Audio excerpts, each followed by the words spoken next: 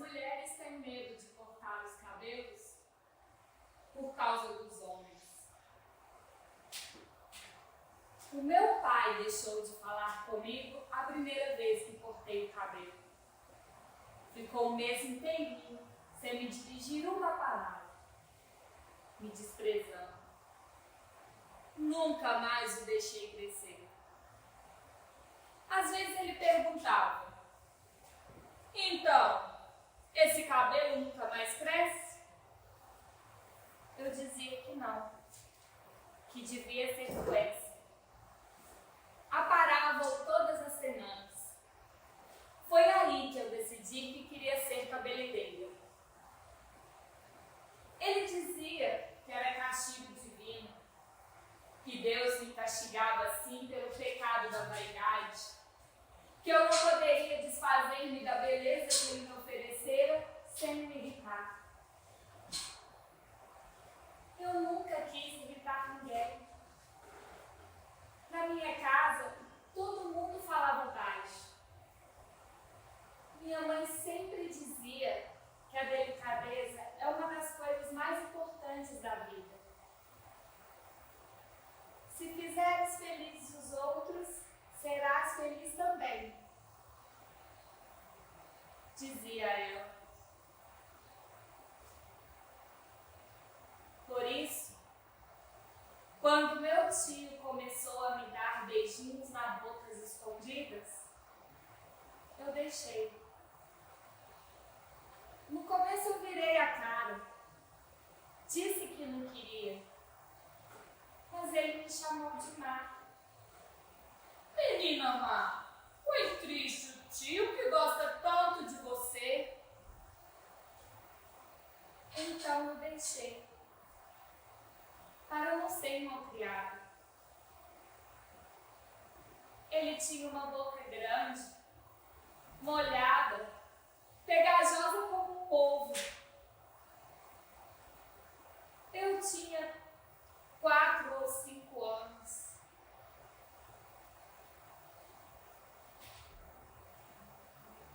Depois, começou a mexer no meu corpo. Enfiava a mão por debaixo da minha saia. Eu dizia: não gosto, tio. Desculpa, mas não gosto. E ele ria. E dizia que não desculpava nada. Que eu não tinha que gostar ou não gostar. Que as meninas pequenas não têm opinião. Minha mãe dizia isso muitas vezes. Meninas não têm opinião. Por exemplo, quando me levavam para tomar vacina e doer. Há coisas que fazem doer, mas fazem bem aos pequenos. Os crescidos é que sabem, dizia ela. Por isso, quando meu tio me começou a fazer doer, eu não me revoltei. Deixei-me um pouquinho e chorei sem fazer barulho. Tinha 8 anos nessa época.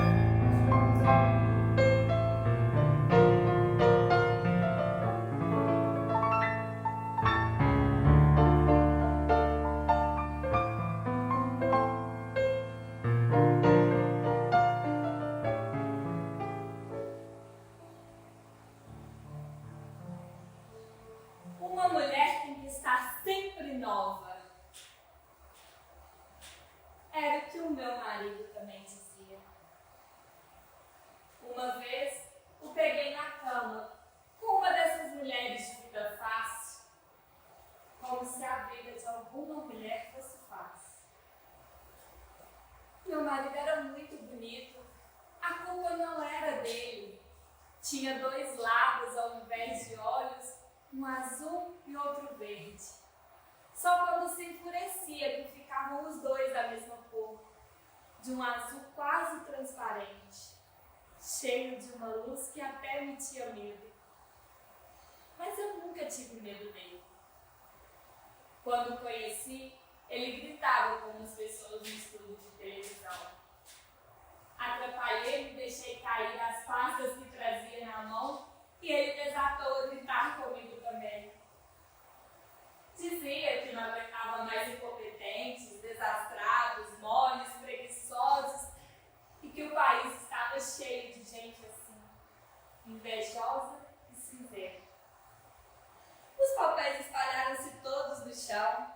Eu abaixei para apanhar e ele continuou a descarregar sobre mim. Vá, grite você também, diga que sou um grosseirão. Eu levantei a cabeça, olhei para ele e disse: eu nunca gritei com ninguém. Depois apanhei o resto dos papéis e fui embora chorando. Eu chorava, sobretudo por hábito. A sensação quente das lágrimas acalmava-me sempre que eu me sentia furiosa ou desesperada. O sangue estremecia, a garganta fechava-se e subia aos olhos aquela onda pesada de água escura, como quando se derrama um caldeirão fervendo. Deixava de ver claro. As lágrimas em ondas criam uma barreira que impede o choro. Uma névoa grossa paralisa o corpo. No limite da sufocação, as lágrimas começavam a derramar-se devagar, uma a uma. E eu gostava de prolongar esse limite até o extremo da tontura, como se caísse em câmera lenta sobre a espiral da minha tristeza, perdendo todos os sentidos. Às vezes, parecia-me que podia morrer assim, afogada de um mar de lágrimas invisíveis, no segredo sem exposição. Mas a vaidade das lágrimas acabava por vencer, brilhando como uma chuva lenta de diamantes sobre o meu rosto. Diamantes de lume que aquecem a pele, arrefecem o espírito. Sempre foram essas as minhas melhores joias, as mais preciosas. Devolviam-me a vida e às vezes a compaixão dos outros. Eu sentia como cada uma delas se formava. Senti o esforço que faziam para se separarem da onda espessa de raiva. Dezenas e dezenas de gotas lutando pelo glorioso destino de sulcar o rosto uma só vez. Cada lágrima era uma vitória sobre a prisão da fúria. Saboreava-as uma a uma. Carícia trêmula como o dedo de anjo, descendo-me até o pescoço, correndo-me sal nos lábios ou em água no peito. O choro amacia a pele, rejuvenesce, aproxima-nos das crianças e às vezes comovem os outros. Os homens comovem-se com o choro das mulheres, desde que não seja muito repetido. Foi esse o meu erro. Eu não soube dosar as lágrimas, estava viciada nelas. Mas a primeira vez resultou. Ele mandou-me um ramo de rosas com um cartão me convidando para jantar. Nos apaixonamos. As pessoas perguntavam: como é que você conseguiu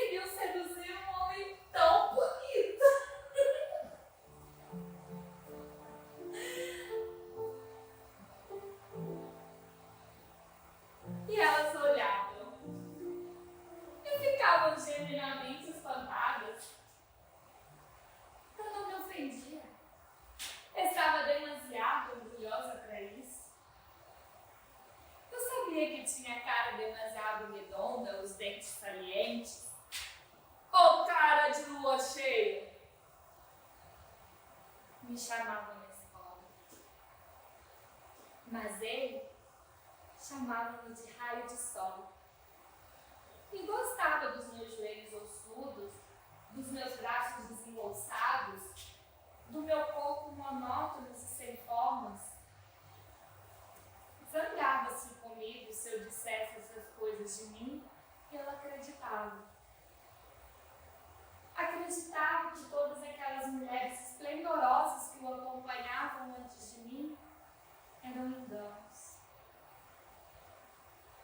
Acreditamos naquilo do que precisamos, não é?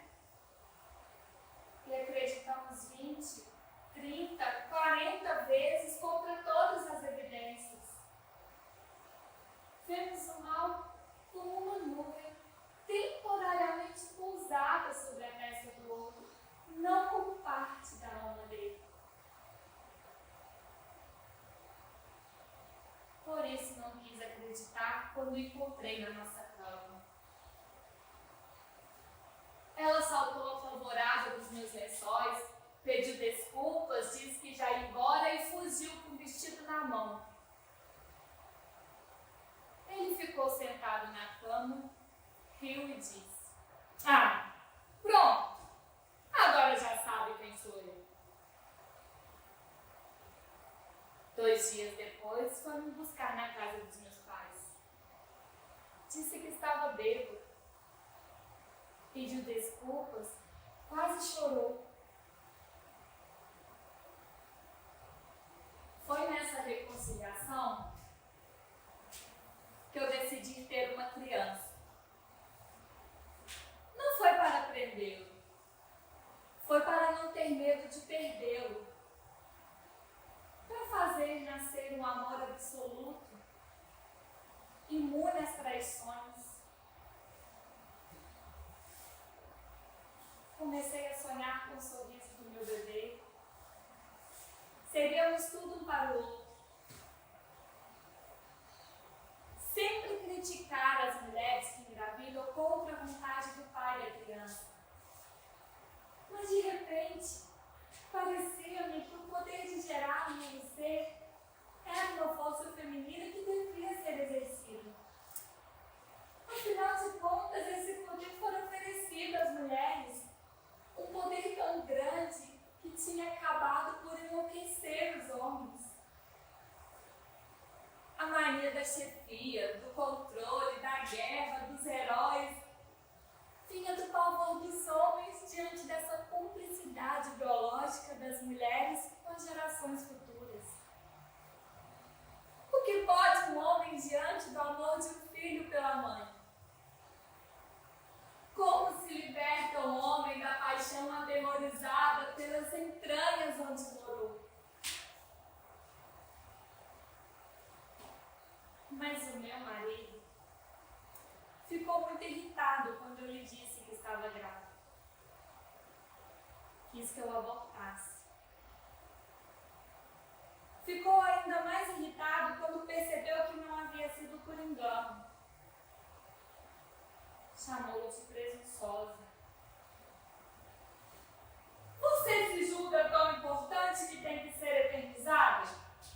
É tão idiota que se acha com o direito de deixar descendência. Essa criança é capaz de nascer com retardo mental, já pensou nisso? Não, eu não tinha pensado. Gerar uma criança não é uma coisa que se possa pensar. É uma decisão que, de certa forma, ultraja todos os pensamentos e por isso é tão revolucionária.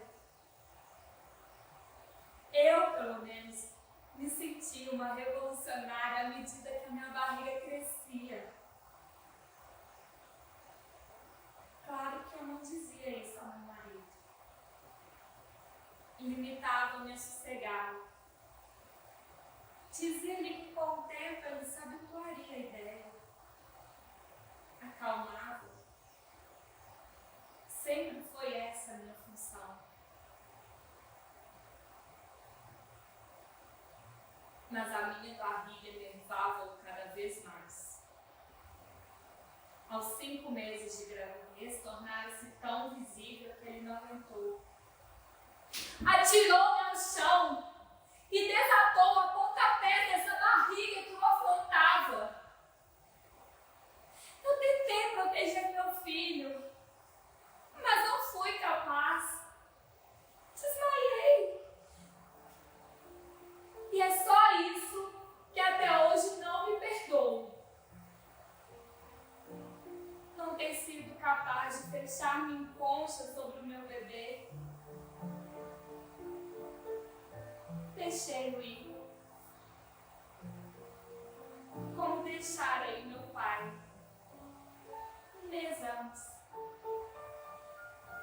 Morreu de repente, de ataque do coração.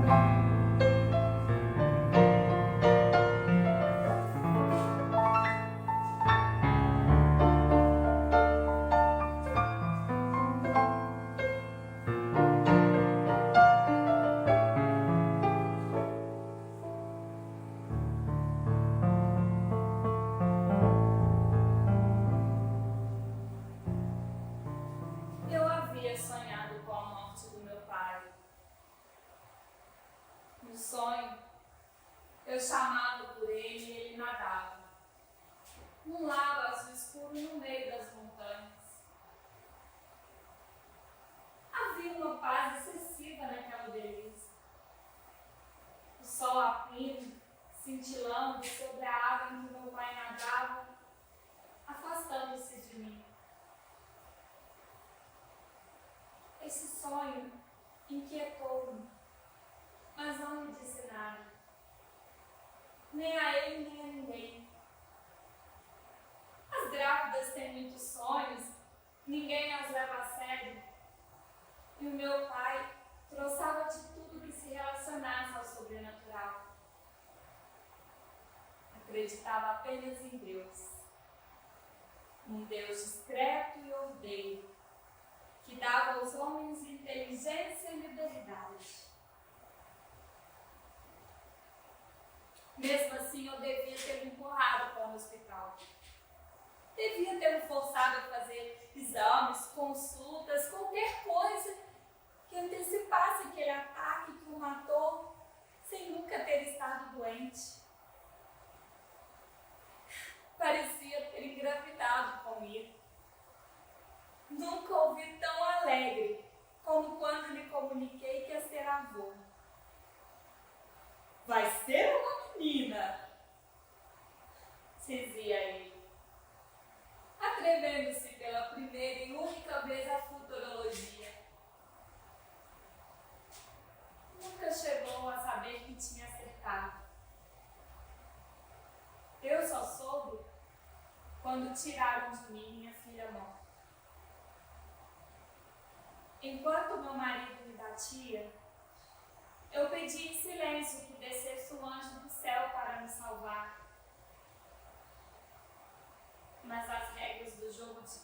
são outras.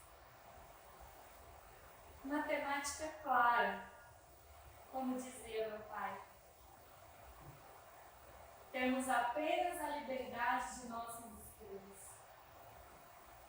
Os anjos observam, anotam os pontos que vamos somando, suspirarão talvez diante da possível previsibilidade da violência, o infinito tédio da violência e é tudo.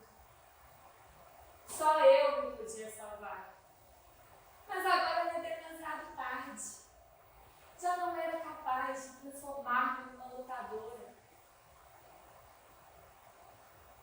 Acordei no hospital com meu marido a mexer no meu cabelo e a sussurrar: você caiu da escada. Se disser outra coisa, eu te mato. Estrago a minha carreira, mas tiro a sua vida. Eu não podia dizer à minha mãe que era ele, a escada por onde eu havia caído. Ela sempre desconfiara do ar radioso dele, dizia que beleza não foi mesmo, mas andava inconsolável com a morte do meu pai. Além do mais, quem é que acreditar que o mais brilhante dos âncoras da televisão batia na mulher? Essas histórias só acontecem ao povo. Eram desnecessárias as ameaças dele. Se soubessem daquilo na televisão, seria eu a despedida. Uma documentarista é fácil de substituir. Um líder de audiências é que não. Ele era a imagem mutilante da justiça. Proferia comentários certeiros acerca de qualquer conflito. Era uma das coisas que eu mais admirava nele. Essa capacidade de exprimir o sentimento do homem comum sobre os mais variados assuntos. Tinha uma crônica no semanário que se intitulava O Senso Comum. Era um sucesso. Colecionava impaciências no caderninho. A burocracia, o racismo, a desertificação do interior, a destruição turística do litoral, os erros da política de educação, a miséria dos serviços de saúde, a gritante desigualdade dos impostos. Tudo para ele era gritante. Eu vinha de uma família de gente conciliadora, amante dos meus sorrisos, da pequena troca de favores, da concessão e da afabilidade. Ninguém ameaçava ninguém. Os desentendimentos acatavam-se na maior tranquilidade. O golpe do meu tio sobre a herança da minha avó deu-se sem alarde, com grande compostura. Apanhou a minha mãe em lágrimas no fim do funeral e deu-lhe uma série de papéis para assinar, dizendo que eram muito urgentes. E ela assinou, sem ler. Papéis em que abdicava de tudo que lhe era a favor dele. As ações ficam com quem as pratica. Foi assim que nos ensinaram. Era mais ou menos isso que eu pensava acerca do meu tio. E mais ou menos porque eu também tinha a ideia de que havia alguma maldade em mim para acender aqueles instintos dele. No início da adolescência, eu aprendi a esquivar-me e meu tio acabou por me deixar em paz. Ficou só uma espécie de nojo pelo cheiro do sabonete de eucalipto com que ele lavava as mãos. Estava sempre a lavar as mãos, antes e depois de mexer comigo. E estava sempre a cortar anedotas muito ordinárias. Dizia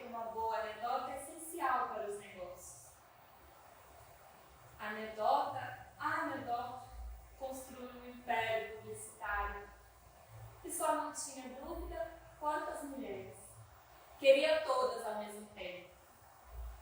Sempre que aparecia uma cara nova na televisão, dizia: esta só eu e os caminhoneiros não lhe passamos por cima.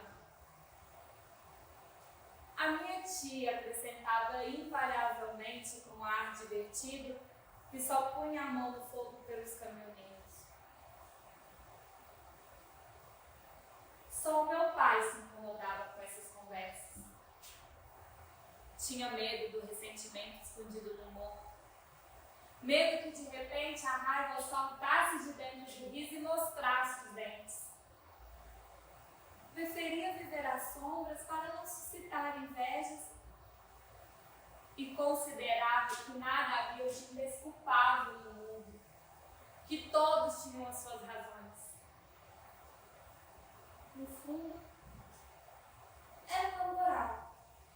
Nada lhe interessava a não ser a harmonia à sua volta. Preferia não ter gostos para não ter desgostos.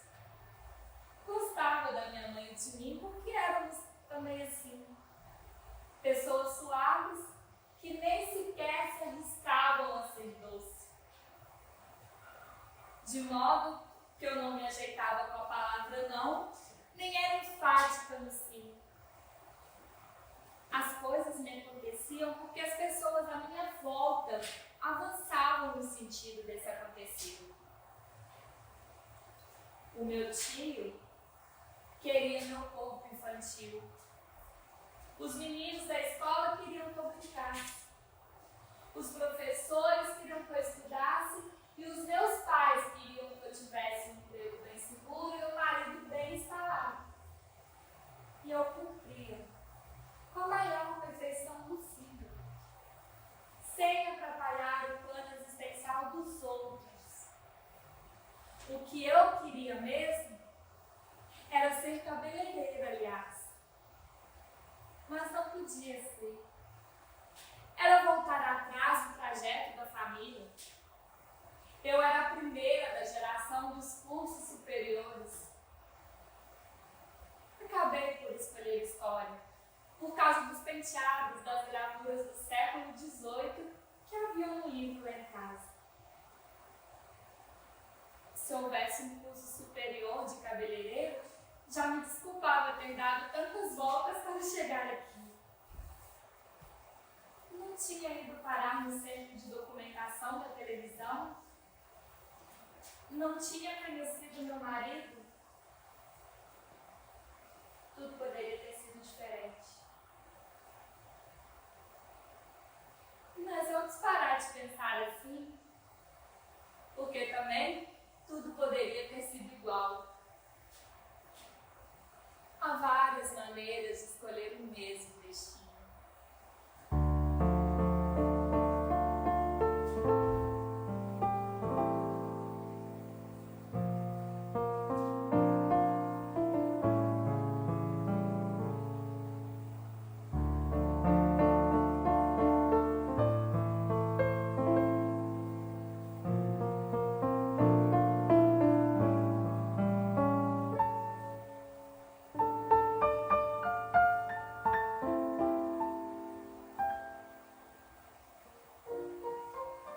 Não era aqui, o salão de cabeleireiro com que eu havia sonhado. Gostaria de trabalhar num lugar espaçoso, daqueles com secadores grandes, de pé de metal brilhante e sofás lavatórios de louça cor-de-rosa grandes.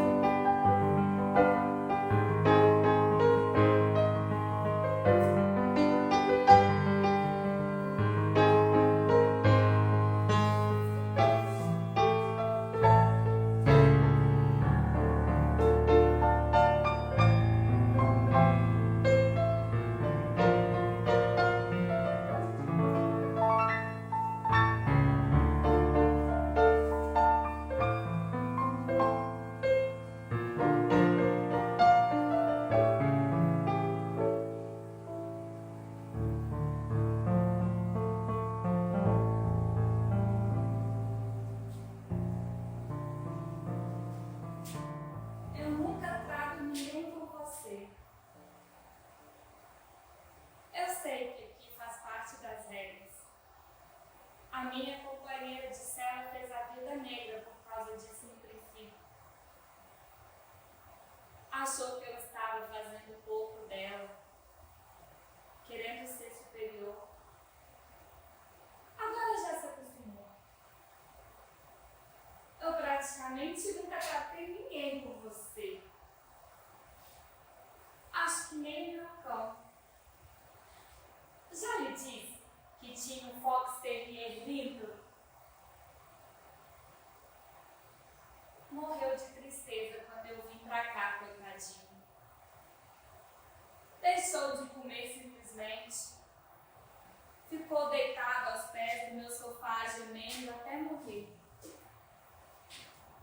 E era ainda um filhotinho. Comprei pouco tempo depois do tal remédio que o meu marido me deu para me sentir segura. Chamei-lhe de Leão, por causa do meu signo. Eu acredito muito em astrologia. Eu sempre fui um leão muito esquisito, orgulhoso, mas sem fugir. Uma vez disseram-me que numa existência anterior eu fui queimada como bruxa pela Inquisição.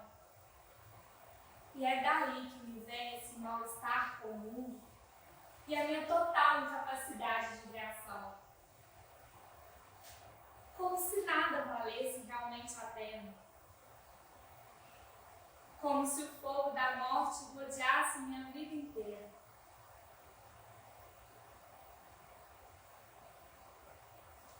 Naquela noite,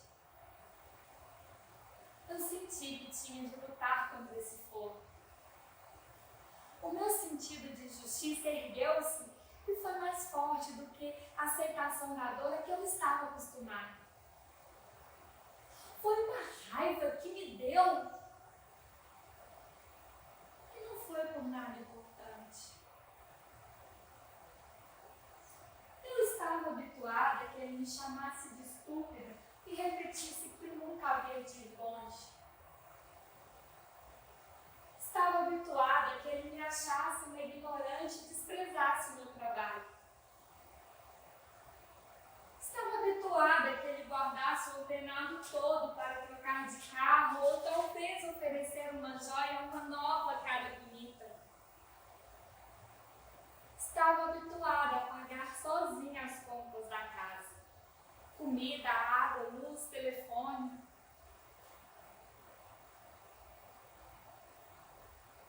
Naquela noite, eu estava fazendo os embrulhos de Natal enquanto esperava que ele chegasse para o jantar.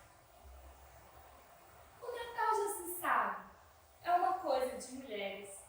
E era sempre eu quem comprava os presentes todos, para a família dele e para mim. Ele chegou, nem me cumprimentou. Foi para a cozinha, pegou uma colher de pau e começou a analisar o purê de batatas. Parece mentira, mas o que desencadeou a morte dele foi a consistência do purê de batata. Ele disse que o purê estava aguado e que eu havia feito de propósito porque sabia que ele gostava de purê bem sólido.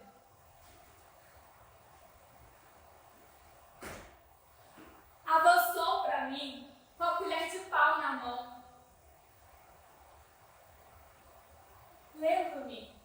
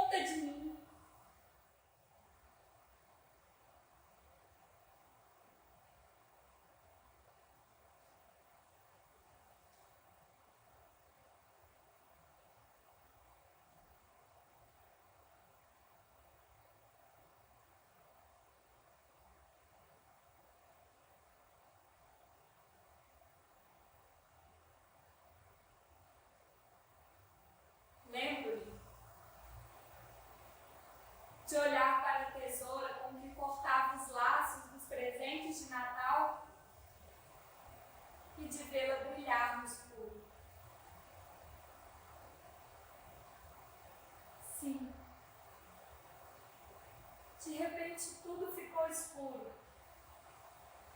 E só aquela tesoura banalíssima cintilava em meio à escuridão.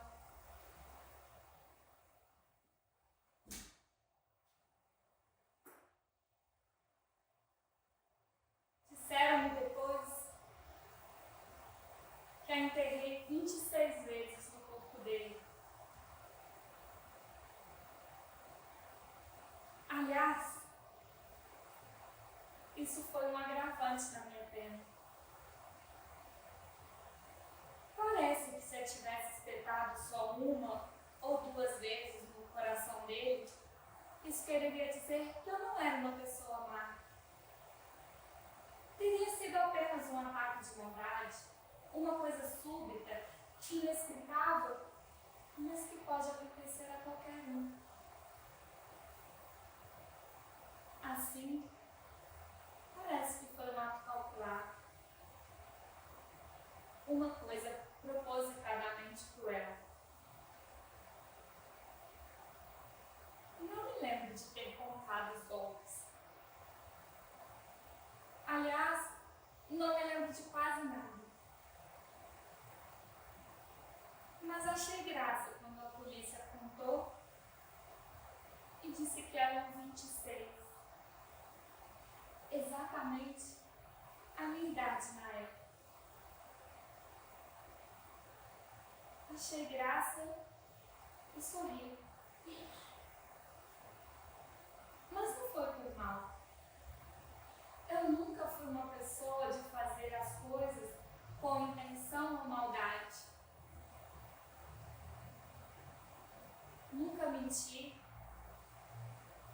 nem tentei fugir, nada disso.